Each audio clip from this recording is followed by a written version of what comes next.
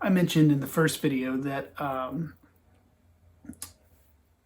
one of the things I'm trying to do is make sense of the Daimon, make sense of Carl Jung's idea of the self in a rationalistic world. And I will admit that is something that I struggle with. I don't consider myself scientific or a particular proponent of the scientific method, but I am sometimes very bought in to our culture's rationalistic tendencies.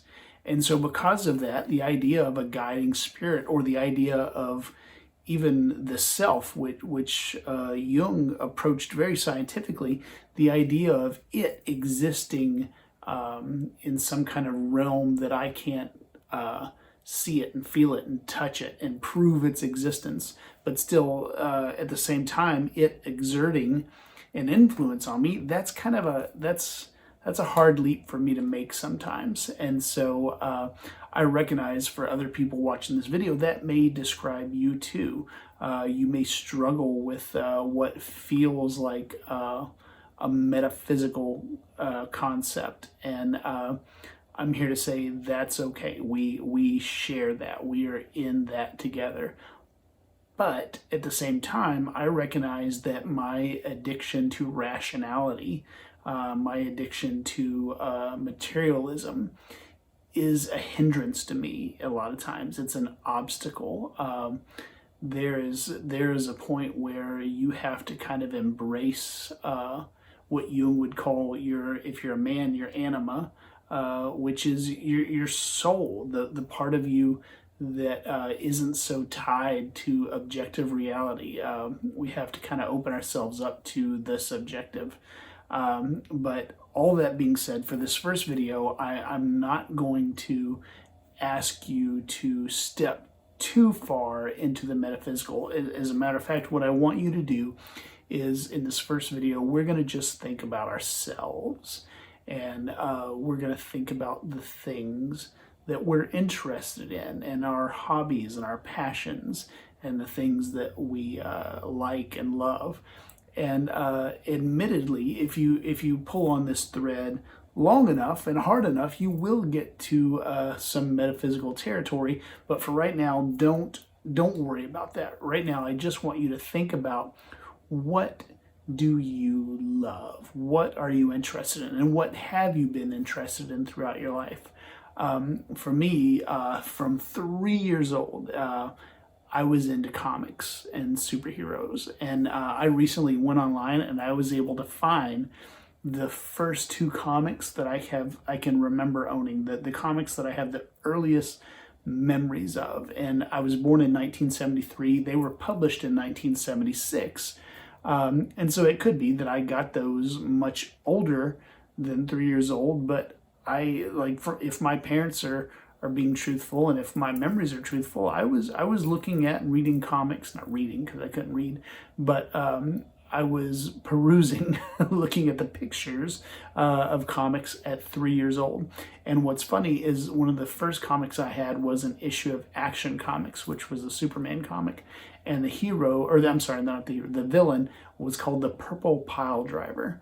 And I recognize the 70s were a more innocent time than 2021, but surely the Purple Pile Driver as a name held the same double entendre implications that it holds today.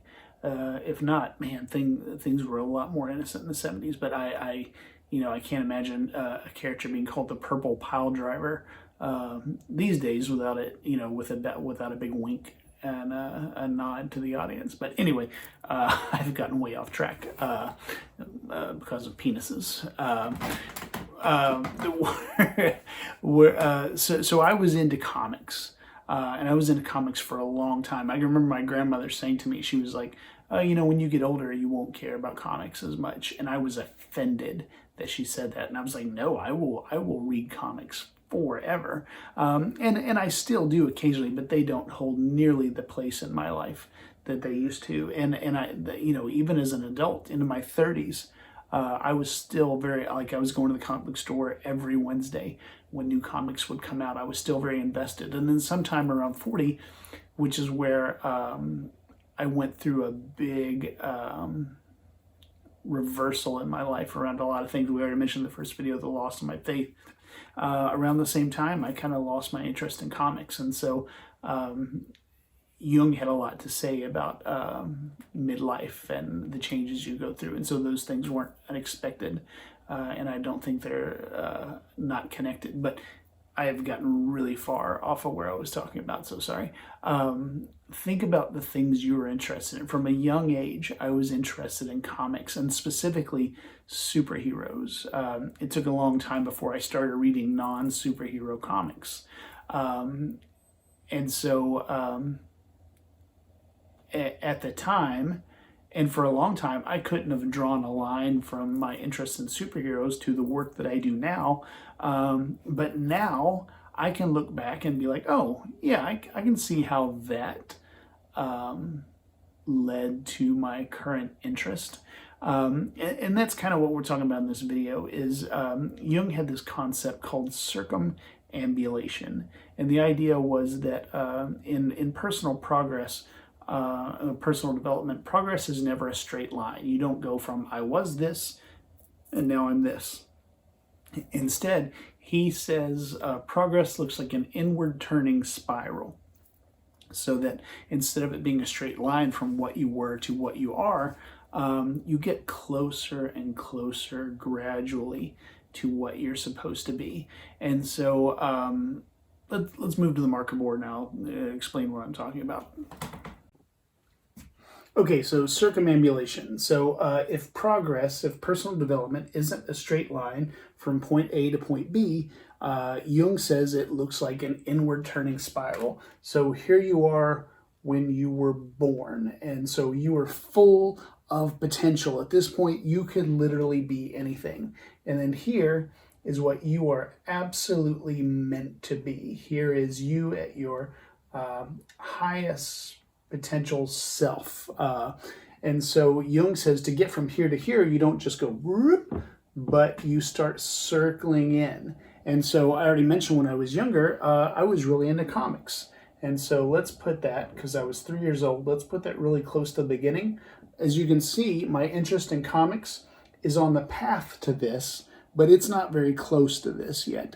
And so as I went around this journey, I've already mentioned that I lost my faith and all those things. But very early on, I was a very religious kid. And even though that religiosity looks very different from the life I'm living now, I can definitely see that it was a step on the path to where I am now. It was needed. It was necessary. And so we go around, and so I developed my religion. I probably developed the religion closer to here. It was very early in my life. I went to Bible college. Let's put that right here. This marker is not good. I went to Bible college right here, and then I got my first job in ministry, and then so I got fired. I worked another job where I worked as a writer for a while, and as a writer, I really kind of developed more of a worldview and kind of understood myself a little bit better. And then I went into ministry again and got fired from that. I've been fired from 2 ministry jobs, which I used to like kind of hold up as a badge. It's and a lot of people assume when you say something like that, they're like, oh, did you embezzle money? Did you diddle somebody? I didn't do either of those things. They weren't for issues of, they weren't for moral issues. They were competence issues, let's say that. But we'll, like I said in the first video, we'll get to all that later. So after the second ministry job, I went into video production for a while. You probably can't tell from the quality of these videos, but I do have a background in video production. I did some personal coaching, and this personal coaching was specifically related to the ideas of Joseph Campbell and the hero's journey. And I helped people on their hero's journey. I still do. That's still something I do. But as you can see, these Joseph Campbell hero's journey ideas are very close to the center we're moving towards. I took a little detour into marketing and branding, which on the surface wouldn't seem to be as close to the center as the Campbell stuff is, but it all makes sense if you look at it from far enough back. I went back into coaching, specifically around Campbell, and then here, this conversation around Jung and the Daimon, I believe that's the mark on the bullseye. Now, you would ask, okay, so does that mean you are the highest version of yourself, that you've moved into that? No, I don't believe, because I think what's inside of this circle is another spiral. And so you can be inside the circle and be like, oh, I'm finally doing what I'm supposed to do. But then inside of that, even, you can get closer and closer and closer to your ideal. You're constantly getting closer and closer to the center of the bullseye. You're constantly getting closer and closer to who you're supposed to be. And this was, circumambulation was a valuable idea for me, because I have, like I mentioned before, in the past 5 years, I've really struggled to figure out who I was and what I was supposed to be doing. And sometimes, because I'm not at the center of the spiral and the center of the spiral, sometimes it still feels sometimes like, is this it? Am I? And the reason it feels that way sometimes is because I'm still moving towards my true potential. That doesn't mean that all those X's on the circle, the comics, that doesn't mean they weren't me. The church stuff, that doesn't mean they weren't me. That wasn't me. The coaching and the marketing, all of those things were a part of this path. So you should only get frustrated with yourself if you're not on this anywhere. And how do you know if you're not on it anywhere? If you're not doing anything. If you're just kind of sitting back and smoking weed and playing video games and not moving towards some sort of internal goal. If you're making efforts, if you're moving towards that goal, you're on the path. If you're not doing that at all, you're not on the path, and that's fine. I'm not judging you for that. I'm not saying, oh, you're really fucked up. That's okay, but eventually a point will come in your life. You'll feel compelled to get on the path. And so the one thing I want to say to you is, two things. I want to say two things. One, don't be mad at yourself for not being here. It's okay if you're here. It's okay if you're here. It's okay if you're here. It's okay if you're back here at the beginning. You're on the path. That's what matters. You're moving towards the thing. And if it were a straight line from A to B, that would be easy. Anybody could do that. But it's not a straight line. It takes time. It takes work. Don't judge yourself. Don't judge other people's process. Don't judge your process by other people's process. Just judge, am I on the path? And am I maybe further along than I was yesterday? Okay, good. Awesome.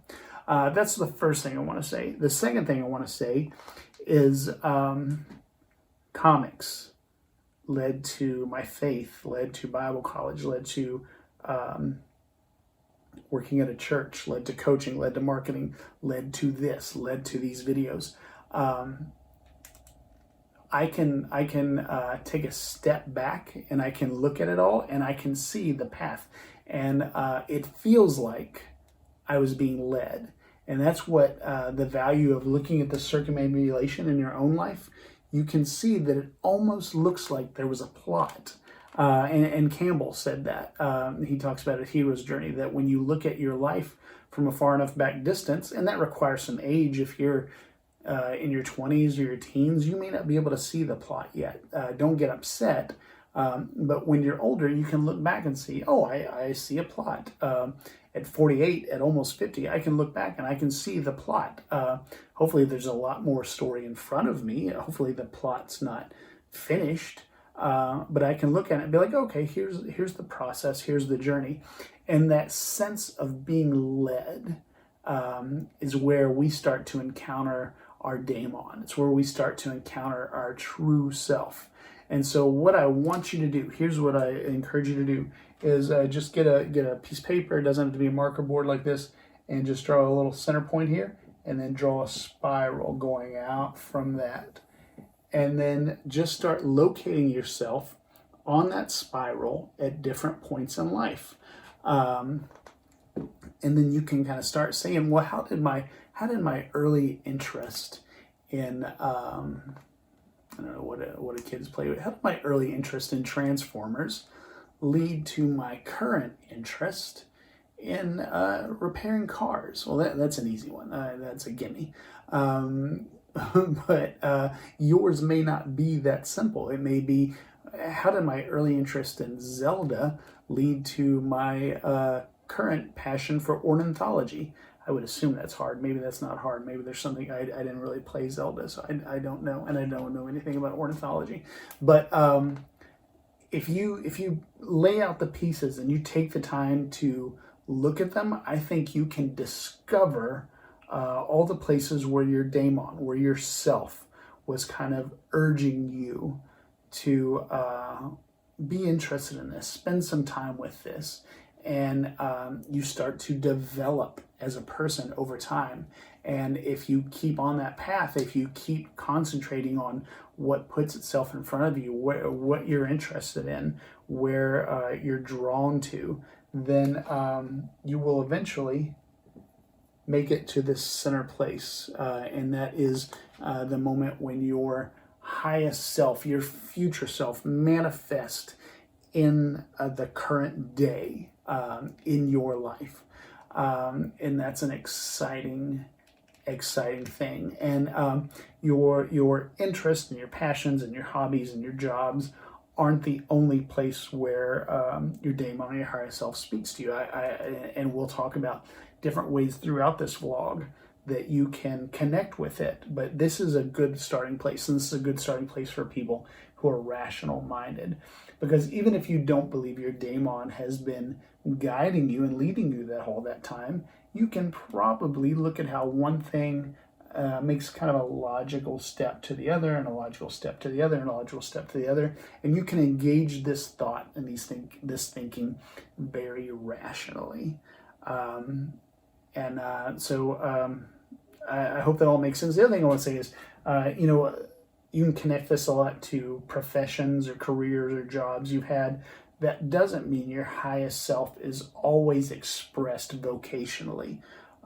It can be, it often is, but that's kind of a hangover from capitalism we have. And I'm a capitalist. I don't have any other options of what to be right now that I would be. But don't assume that the expression of who you are has to be as a job. You can work any shitty job and make money to pay your bills because our current culture demands that. And then you can, in your off time, really focus on who you are and who you're supposed to be.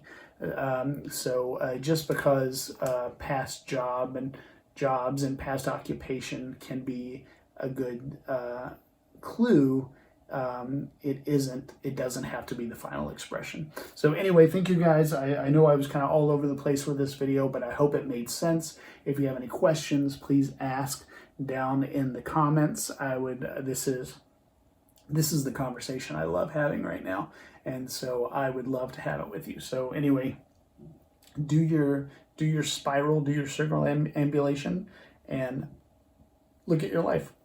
All right, thanks guys.